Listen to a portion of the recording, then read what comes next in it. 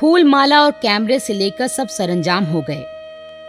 मैंने कहा भी कि संजय जी ने इन सब के लिए मना किया है, वो नाराज होंगे, पर नक्कार खाने में मेरी आवाज कौन सुनता। निश्चित समय पर संजय जी अपनी मेटाडोर चलाते हुए आए। जैसे ही वो लॉन के अंदर दाखिल हुए, उन्हें पूरे ताम झाम की झलक दिख गई। वॉलंटियरों की कतार से दूर झाड़ियों के बीच से वह तेजी से अंदर की ओर चले गए। सामने बड़ा सा मंच बना था। बड़ी भीड़ एकत्रित थी। कैमरे फ्लैशलाइट के साथ क्लिक करने को तैयार थे। जो कुछ था वह सब उनकी इच्छा के विरुद्ध था। मैं तो सोच भी नहीं सकती थी कि उनकी नाम में समझौते की कोई गुंजाइश नहीं होती थी। उसमें निष्ठा की एकाग्रता होती थी। संजय वापस फिर द्रुत गति से झाड़ियों के बीच से होते हुए लौट लिए, अपनी मेटाडोर में बैठे और पलक झपकते ही चले गए। सब एक दूसरे का मुंह ताकते रह गए। काटो तो खून नहीं। उन्हें अब ये एहसास तो हुआ कि उनका नेता एकनिष्ठ, गंभीर और दिखावे से दूर है। पर यूथ कांग्रेस के उस समय के आतंक को देखते हुए सब उनकी नाराजगी से घबरा भी गए। बाद में संजय गांधी बड़ी मुश्किल से 10 लाख रुपए का चेक प्रधानमंत्री हाउस में ही लेने को राजी हुए और स्वीकार करने के तुरंत बाद उन्होंने वह चेक तत्कालीन उपराज्यपाल श्री किशन चंद को सौंप दिया, रेड क्रॉस को देने के लिए। मैंने स्वयं देखा कि संजय गांधी को गति से लगाव था। खतरों से खेलना उन्हें पसंद था। शिथिलता और थकान जैसे शब्दों से उन्हें बौखलाहट होती थी। तेज गाड़ी चलाना उनका शौक था। गाड़ी की धीमी गति उनके मन को आक्रोश से भर देती थी। कोई उनकी गाड़ी चलाए ये भी उन्हें पसंद नहीं था। आपातकाल की ही एक और घटना। संजय गांधी के कुछ साथी लोग उनके लिए एक मेटाडोर वैन खरीदने दिल्ली के एक मोटर विक्रेता की दुकान पर गए। वह विक्रेता केवल मेटाडोर ही बेचता था। उसका नियम था कि बिना पूर्ण राशि अग्रिम लिए वह वैन की डिलीवरी नहीं देता था। संजय जी के आदमियों को ये बात बड़ी नागवार गुजरी। उन्होंने धमकाया, गाड़ी भिजवा दीजिए, पैसा आ जाएगा। आपको मालूम नहीं ये वैन संजय गांधी के लिए खरीदी जा रही है। पर कंपनी के नियम के तहत ऐसा नहीं हो सकता था। उनके आदमी नाराज होकर लौट गए। मैनेजर ने स्थिति की गंभीरता को देखते हुए सोचा, कंपनी के टर्म्स और कंडीशन इस बात की अनुमति तो नहीं देते, लेकिन मजबूरी है। डर था कि ये नाराजगी कहीं महंगी ना पड़े। उसने सीधे संजय गांधी को फोन किया, अपनी मजबूरी बताई और कहा कि कंपनी की शर्तों के अनुसार चेक पहले भिजवा दें तो सुविधा होगी। संजय गांधी ने जवाब दिया, कल तक चेक आपके पास पहुंच जाएगा। और इतना कहकर उन्होंने फोन काट दिया। मैनेजर को संजय गांधी की कम बोलने और दो टूक बात बोलने की आदत का पता नहीं था। उसने सोचा शायद वह नाराज होंगे। वह काफी चिंतित हो उठा, पर दूसरे दिन उसकी चिंता हर्ष में बदल गई जब उसने देखा कि संजय जी स्वयं चेक लेकर उसकी दुकान पर आए हुए हैं। अपने आदमियों को उन्होंने उनके व्यवहार के लिए आड़े हाथों ले लिया था। उन्होंने कहा, नियम तो नियम है और सही नियमों का पालन होना ही चाहिए। उस दिन वह उस विक्रेता के स्थायी ग्राहक बन गए। मैनेजर ने स्वयं इस घटना का जिक्र हमसे किया था। बाद में जनता पार्टी के कार्यकाल में बीसियों समस्याओं से घिरे अंधकारमय दिनों में भी संजय गांधी को उसी मस्ती और लापरवाही से कभी अकेले, कभी पत्नी मेनका के साथ दिल्ली के खान मार्केट में, जो हमारे घर रविंद्र नगर के पास ही है, घूमते हुए मैंने देखा और विश्वसनीय लोगों से सुना भी। कई बार मैंने सोचा कि एक व्यक्ति जो चुनौतियों का सामना करने के लिए सदैव फौलादी तरीके से कृत संकल्प रहता था, जिसे रूढ़ परंपराओं से चिपके रहना पसंद नहीं था और जिसमें मुसीबतों के बीच भी संतुलन बनाए रखने की अपूर्व क्षमता थी, उसका कितना गलत आकलन हुआ। एक व्यक्ति जिसे भूख की थकान से टूटे आदमी की व्यथा अंदर तक साल जाती थी, उसे दूसरों के उत्साह के अतिरेक से की गई गलतियों की तराजू पर तौला गया। क्या यह उचित था? आज भी गंदी बस्तियों की सफाई, परिवार नियोजन, वृक्षारोपण, दहेज विरोधी आंदोलन और प्रौढ़ शिक्षा कार्यक्रमों की उतनी ही जरूरत है जितनी उस समय थी। उनके 5 सूत्री कार्यक्रम की आज भी उतनी ही जरूरत है। बढ़ती जनसंख्या आज भी मुंह बाए खड़ी है। दहेज की बलिवेदी पर आज भी सैकड़ों चिताएं जलती हैं। पर कहीं कुछ इतना गड़बड़ हो गया कि एक अंधेरी दुनिया को संवारने और सजाने तथा बिखरी हुई युवा शक्ति को संगठित करने का जो कदम उठा था वह लोगों की महत्वाकांक्षाओं और स्वार्थों की बलिवेदी पर नकार दिया गया। आज कोई उतने प्रभावपूर्ण ढंग से इन कार्यों को करने का साहस ही नहीं जुटा पाता है। संजय गांधी की गलती ये रही कि उन्होंने यूथ कांग्रेस के कार्यकर्ताओं पर, उनके आचरण पर कहीं नजर नहीं रखी और ना ही कोई अंकुश लगाया। गीतों भरी शाम के दौरान करीब करीब रोज ही मैं हिंदुस्तान टाइम्स से शाम को अंबेडकर स्टेडियम जाती थी, जहां कार्यक्रम के प्रबंध की मीटिंगें होती थीं। वैसे भी कार्यक्रम संबंधी योजनाओं से मैं परिचित थी और उनके संयोजन में पूरा हिस्सा लेती थी। हाँ, वित्त संबंधी इंतजाम हमारे जिम्मे नहीं था।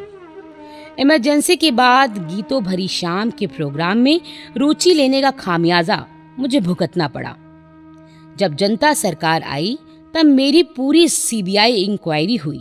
अक्सर सीबीआई वाले मेरे ऑफिस में आ धमकते, मुझसे पूछते कि मेरा रोल क्या था और ठाकुर उसमें कहाँ तक संबंधित थे, आदि आदि। पहले दिन जब सीबीआई वाले आए तब मैं घबरा गई। दूसरे कमरे से मैंने ठाकुर को बताया कि इस प्रकार सीबीआई वाले आए हैं, क्या करूं? उन्होंने कहा, तुम जो सही बात हो वो बतला दो। सीबीआई के अफसरों ने मुझसे पूछा, आप गीतों भरी शाम कार्यक्रम में क्यों और किसके कहने से शामिल हुई? मैंने बताया, सांस्कृतिक कार्यक्रमों से रुचि होने और एक सामाजिक उद्देश्य परक कार्यक्रम होने के कारण मैंने इसमें सहयोग दिया। उनका अगला प्रश्न था, आपके साथ आपके पति रोज उस कार्यक्रम के आयोजनों में हिस्सा लेते थे। एक सरकारी कर्मचारी होने के नाते उनकी यह दखलंदाजी कितनी उचित थी? मैंने उत्तर दिया, वो रोज मुझे ऑफिस से लेने पहले भी आते थे, उस दौरान भी आए, और क्योंकि मुझे वहां जाना होता था इसलिए स्वाभाविक था वो मेरे साथ जाते। मुझे रास्ते में तो नहीं छोड़ सकते थे। पर संयोजकों ने सोवेनियर में आपके साथ उनकी फोटो भी छापी है। जब उनका कोई रोल ही नहीं था तब उनकी फोटो क्यों छपी? मैंने उत्तर दिया, यह आप उन लोगों से पूछिए, मुझे नहीं मालूम। शायद मुझे प्रसन्न करने के लिए छाप दी हो। यदि आज भी मुझसे पूछा जाए तो मैं यही कहूंगी कि गीतों भरी शाम में हमारा सहयोग केवल इसी कारण था कि वह एक जन कल्याणकारी कार्य के लिए किया गया प्रोग्राम था और हमारी सांस्कृतिक रुचि के अनुरूप था। उन्हीं दिनों जयपुर राजघराने की अघोषित संपत्ति की तलाशी हुई थी। आयकर विभाग इन छापों में बहुत कुछ मिला था। बड़ी सनसनीखेज कहानी थी। जयपुर के राजमहलों के बाद जयगढ़ में खजाने की खोज का सिलसिला शुरू हुआ था। इन तलाशियों के दौरान मैंने बहुत से लोगों से बातचीत की थी, नोट्स बनाए थे। स्वयं कई बार जयपुर, जयगढ़ गई थी कि कभी उनके बारे में लिखूंगी। ये नोट्स मेरे पास रखे थे। तभी इन छापों के बारे में बंबई से डॉक्टर धर्मवीर भारती का फोन आया। फिर पत्र आया कि मैं एक विस्तृत खोज परक लेख लिखकर भेजूं। यह मेरी रुचि के अनुरूप था, सो मैंने उन्हें लेख भेज दिए। वो छप गए। जनता शासन के दौरान इस पर भी सीबीआई वाले और मेरे पीछे पड़ गए कि इन बातों की अंदरूनी जानकारी मुझे कहां से मिली। जाहिर था वह मेरे पति पर शक कर रहे थे, इसलिए वह बार बार मुझे धमकाते और जिरह करते रहे। उन्हें नहीं पता था कि मेरे पति किस धातु के बने हैं। उनके सरकारी कामों की भनक भी मुझे उनके मुख से कभी नहीं लगी, किंतु मैं उस माहौल में तो रहती ही थी। अपनी आंखें और कान भी खुले रखती थी और खुद दूसरों से बातचीत करने और जरूरत पड़े तो उन जगहों पर जाने से भी कतराती नहीं थी। स्वयं कई बार मेरे पति को इस बात पर ताज्जुब हुआ था कि मैं कैसे इतनी खबर निकाल लाती हूँ। हाँ, उनकी पत्नी होने का कुछ लाभ तो संपर्क साधने में मिल ही जाता था। जयपुर की तलाशियों के बारे में लिखने में मैंने बड़ी मेहनत की थी। राजमहलों को देखने का लोभ तो था ही, इसके लिए सबसे पहले मैं जयपुर गई, जिससे जयपुर शहर की भौगोलिक स्थिति और इतिहास के बारे में प्रत्यक्ष जानकारी प्राप्त कर सकूं। कुछ किताबों से इकट्ठा किया, कुछ स्वयं वहां देखकर। जयपुर नगर की आधारशिला सन 1727 में आमेर के नरेश सवाई माधो सिंह ने 25 नवंबर को रखी थी। उनके एक प्रमुख सलाहकार थे विद्याधर भट्टाचार्य। विद्याधर भट्टाचार्य ने ही नगर को योजनाबद्ध तरीके से बनाया था। नगर के मुख्य बाजार की सड़कें 111 फीट चौड़ी हैं और इनसे 6 बाजार निकले हैं। इन बाजारों की सड़कें भी 55 फीट चौड़ी हैं। लोगों ने बताया कि पहले इन्हीं बाजारों में से होकर राजा की सवारी निकला करती थी। पूर्व से पश्चिम तक की मुख्य सड़क 2.25 मील लंबी है। जयपुर के रास्तों की एक खूबी ये देखने को मिली कि सभी रास्ते एक दूसरे को समकोण पर काटते हैं, इसलिए लक्ष्य पर पहुंचना आसान हो जाता है। राजमहल तक पहुंचने के लिए मुख्य द्वार पूर्व में व त्रिपोलिया द्वार दक्षिण में है। जयपुर का सिटी पैलेस जयपुर का दरबार व कार्यालय और निवास स्थान प्रारंभ से लेकर आखिर यानी सवाई मानसिंह द्वितीय तक रहा। महाराजा मानसिंह का पहला विवाह जोधपुर नरेश महाराजा उमेश सिंह की बहन गुरुधर बाई से सन 1924 को हुआ था। इस विवाह से उनकी एक राजकुमारी प्रेम कुंवर हुई और एक राजकुमार भवानी सिंह। जयपुर राजवंश में करीब 100 साल बाद पुत्र उत्पन्न हुआ।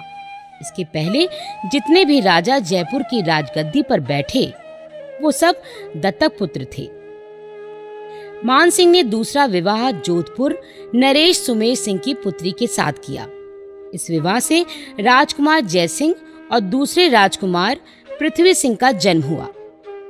तीसरा विवाह कूच विहार की राजकुमारी गायत्री देवी से सन 1940 में हुआ। महारानी गायत्री देवी ने सन 1946 में राजकुमार जगत सिंह को जन्म दिया। इसके बाद गायत्री देवी के लिए मोती डूंगरी में तख्ते शाही नाम से एक नया महल ब्रिटिश शैली के कैसल किले की भांति बनाया गया। तब से गायत्री देवी वहीं रहने लगी।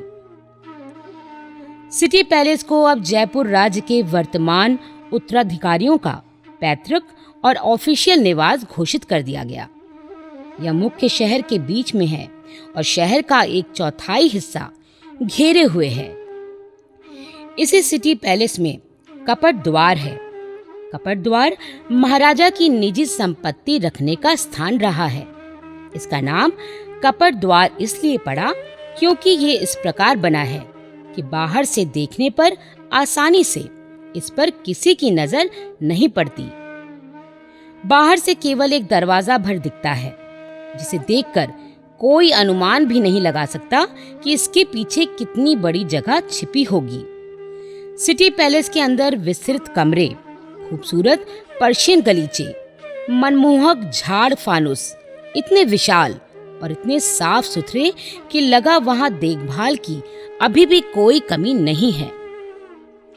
दीवारों पर सोने की कलम का काम और रंग बिरंगी चित्रकारी, लगता था जैसे रंगों की महफिल सजी हो। सारा माहौल 17वीं 18वीं शती का सा, पर आधुनिकता की छाप भी पूरी तरह लिए हुए।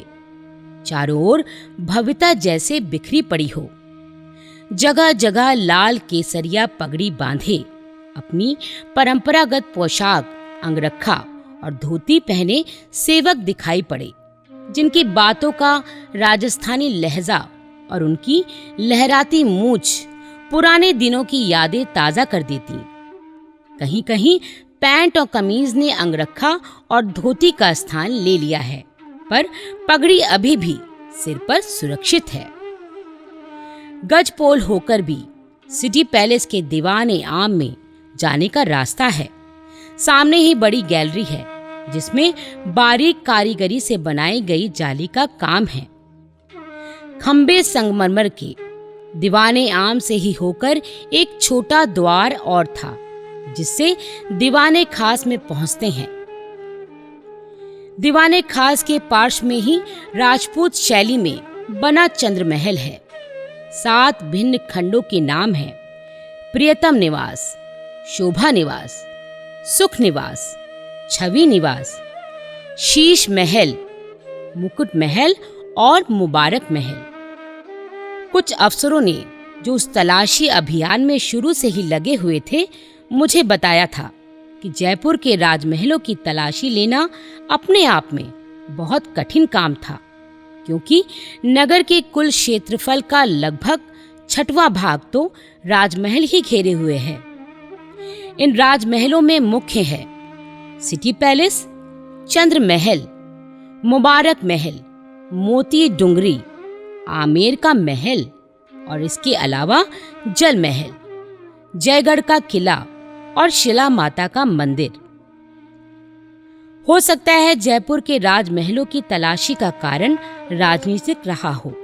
ये भी हो सकता है कि गुप्त रूप से मिली सूचनाओं के आधार पर छिपी संपत्ति को निकालने के लिए इस प्रकार की योजना बनी हो। दोनों में से क्या बात सत्य थी, कहा नहीं जा सकता। वैसे पहले भी अनेक बड़े घरानों की तलाशियां हुई थी। उन्हें संचालित आयकर आयुक्त करते थे, पर क्योंकि ये एक बड़े राजघराने से संबंधित तलाशी थी, इसका संचालन प्रत्यक्ष कर बोर्ड के अध्यक्ष SR मेहता की अनुमति लेकर हुआ। अफसरों ने भी सरकारी आदेशों के अनुसार तलाशी का संचालन किया। राजनीति से उनका कोई संबंध नहीं था। मैंने भी निष्पक्ष पत्रकारिता की दृष्टि से इस तलाशी से संबंधित खबरें इकट्ठा की थी। राजनीति से मेरा कोई भी वास्ता नहीं था, पर चूंकि आपातकाल के दौरान ये तलाशियां हुई थीं, इसलिए इन पर दूसरा रंग चढ़ गया या चढ़ा दिया गया। उस समय कुछ भी संभव था। राजमहलों की तलाशी के अभियान का नेतृत्व जिन वरिष्ठ अधिकारियों ने किया था, उन सब में मैं अलग अलग मिली। वो थे सर्वश्री S वाचीनाथ, सिक्की तलवार, विजय माथुर और रंग भाष्यम। ठाकुर उन दिनों प्रत्यक्ष कर बोर्ड के अध्यक्ष SR मेहता के PSL थे, जहां से सारा अभियान संचालित हुआ था। लगभग 100 अधिकारी दिल्ली से जयपुर गए थे। एक साथ इतनी बड़ी संख्या में अधिकारियों का अपने कार्य क्षेत्र से दूर जाना संशय का कारण बन सकता था। इसलिए इन लोगों को छोटी छोटी टुकड़ियों में, कुछ को बस से, कुछ को रेल से और कुछ को हवाई जहाज से जयपुर पहुंचाया गया। मजे की बात ये थी कि इन अधिकारियों में से भी किसी को पता नहीं था कि वो कहां जा रहे हैं और उनके इस अभियान का लक्ष्य क्या और कौन है। इन अधिकारियों में कुछ महिला अधिकारी भी थीं। तलाशी प्रारंभ होने से पहले इतने लोगों को जयपुर जैसे दिल्ली, बंबई की अपेक्षा छोटे शहर में ठहराना, और वह भी इस तरह कि किसी को पता ना चले, अपने आप में एक बड़ी समस्या थी। इन सभी व्यवस्थाओं को सफल बनाने में ठाकुर की भूमिका अहम रही। अधिकांश अधिकारी पर्यटक के रूप में कंधे पर झोला लटकाए और हाथों में बैग लिए पूर्व निर्दिष्ट समय व होटल पर जब पहुंचे, तब ऐसा लगा मानो जयपुर दर्शन के लिए किसी संस्था की ओर से या क्लब की ओर से कोई पर्यटक दल आया है। पूरे समूह में किसी के हाथ में कैमरा लटक रहा था, तो कोई आंखों पर गॉगल चढ़ाए इस उत्सुकता से गुलाबी नगरी को निहार रहा था, मानो अपनी यात्रा के लक्ष्य पर पहुंच गया हो। जिन होटलों में वो लोग ठहरे थे, बाद में उन होटलों के मैनेजरों से बात करने पर मुझे बताया गया कि होटल में इतनी भीड़ हो गई थी कि एक एक कमरे में 3-3, 4-4 लोगों को ठहराना पड़ा था। इतनी सतर्कता और कार्यकुशलता थी कि इतने बड़े अभियान की रंगभूमि वह होटल बना था। और होटल ही क्या, पूरा जयपुर शहर ही इसका केंद्र था। और किसी को कानों कान खबर नहीं थी कि कल क्या होने वाला है। अगले दिन 11 फरवरी को सुबह 8 बजे अलग अलग टुकड़ियां अलग अलग स्थानों की ओर चल पड़ी।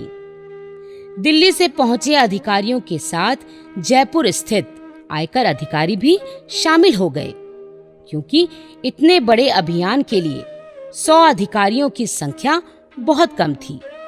एक साथ और लगभग एक ही समय पर सिटी पैलेस, राजमहल, मोती डूंगरी और जयगढ़ पर आयकर अधिकारियों के दल पहुंचे, क्योंकि एक साथ सभी जगहों की तलाशी संभव नहीं थी।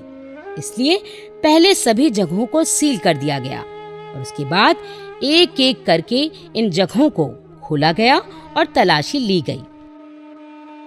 जिन आयकर अधिकारियों के नेतृत्व में जयपुर के राजमहलों की तलाशी ली गई, उनका कहना था कि उन सभी ने अपने कार्यकाल में अनेक तलाशियां ली हैं और अनेक स्थानों पर छिपे हुए स्थलों पर नाना प्रकार से छिपाई गई संपत्ति को पकड़ा है, परंतु जयपुर राजमहलों की तलाशी उनके लिए बिल्कुल एक नया अनुभव थी। संबंधित अधिकारी ने बताया कि 11 फरवरी को जब उनकी टुकड़ी राजमहल में पहुंची, तब सबसे पहला व्यवधान आया। फाटक की लंबी ऊंची दीवारें, मुख्य द्वार बंद था। चौकीदारों ने गेट खोलने से इनकार कर दिया